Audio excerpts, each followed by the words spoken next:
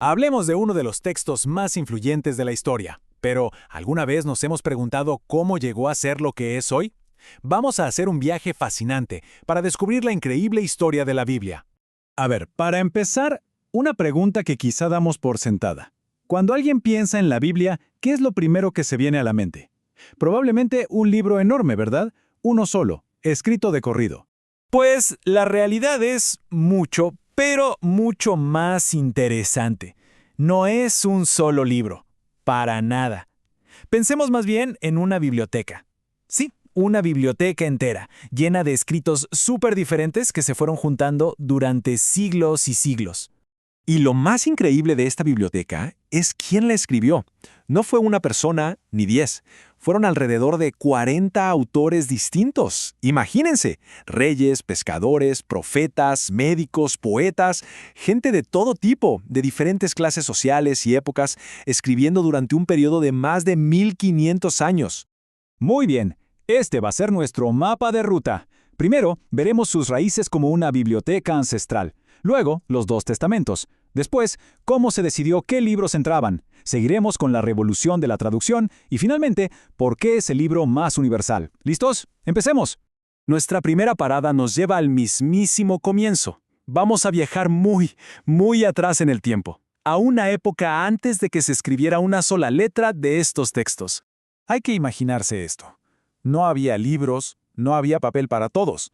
Las historias más importantes, las de la creación, las genealogías de los patriarcas, las leyes, los cantos, todo se transmitía de boca en boca.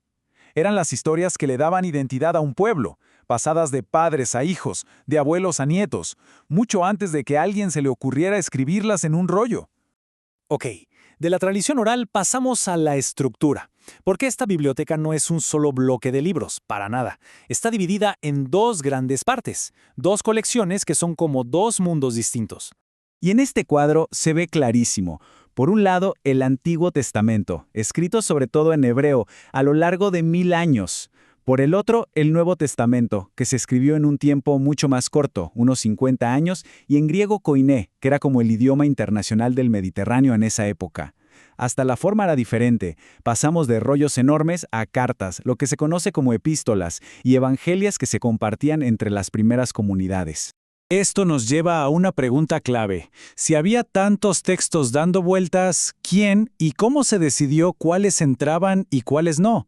Bueno, a ese proceso de selección se le llama la formación del canon.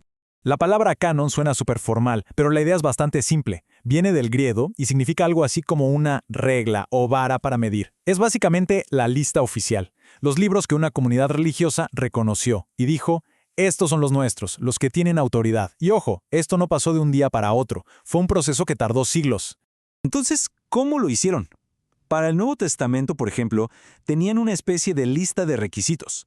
Primero, ¿el texto tenía que ver con los apóstoles? ¿Fue escrito por uno o por alguien muy cercano a ellos? Segundo, ¿lo que decía encajaba con las enseñanzas principales? Y tercero, un punto súper importante, ¿las comunidades más grandes ya lo estaban usando y aceptando en sus reuniones? Tenía que cumplir con estos criterios. Y después de mucho tiempo, todo esto se hizo oficial en reuniones muy importantes, los famosos concilios de Hipona y Cartago, a finales del siglo IV. Pero aquí hay un detalle clave. No es que se sentaron a inventar una lista desde cero. Más bien lo que hicieron fue reconocer y confirmar de manera oficial la lista que la mayoría de las comunidades ya estaban usando. Le pusieron el sello final, por así decirlo. ¡Perfecto! Ya tenemos la biblioteca armada. Ahora, ¿cómo hacemos para que la gente que no habla hebreo o griego pueda leerla? Aquí empieza un nuevo y fascinante capítulo: la revolución de la traducción. Y este es un viaje en sí mismo. Empezó siglos antes de Cristo con la Septuaginta, que tradujo las escrituras hebreas al griego. Luego, en el siglo IV, llegó la Vulgata en latín, que fue la Biblia por más de 1000 años en Europa. Pero el momento que lo cambió todo fue 1455, la imprenta de Gutenberg. De repente, se podían hacer copias para todos. Y ya en el siglo XVI, la Reforma Protestante fue la chispa final que impulsó las traducciones a los idiomas que hablaba la gente común. La idea era radical, que cualquiera pudiera leerla en su propia lengua. Y todo ese camino nos trae hasta hoy, al presente, donde esta biblioteca ha alcanzado una escala global sin precedentes. convirtiéndose en el libro más universal que existe. Y esto no es una opinión, es un hecho. Es literalmente el libro más traducido y más vendido de toda la historia de la humanidad. Ningún otro texto se le acerca, pero ni de lejos.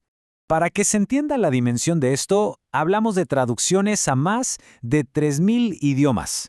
Pensemos en eso por un segundo. Ha llegado a lugares, a culturas, a comunidades tan remotas que sus autores originales ni se hubieran podido imaginar que existían. Y uno podría pensar que la historia ya está escrita, pero no, sigue viva. Por ejemplo, el descubrimiento de los rollos del Mar Muerto, en 1947, fue revolucionario. De la noche a la mañana aparecieron manuscritos 1000 años más viejos que los que se tenían. Y lo más asombroso fue comprobar la increíble precisión con la que los escribas habían copiado los textos a mano siglo tras siglo.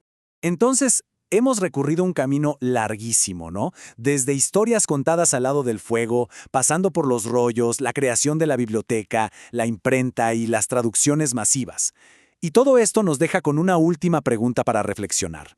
Ahora, en esta era digital, con inteligencia artificial y todo al alcance de un clic, ¿cómo será el próximo capítulo en la historia de esta biblioteca tan antigua y a la vez tan viva?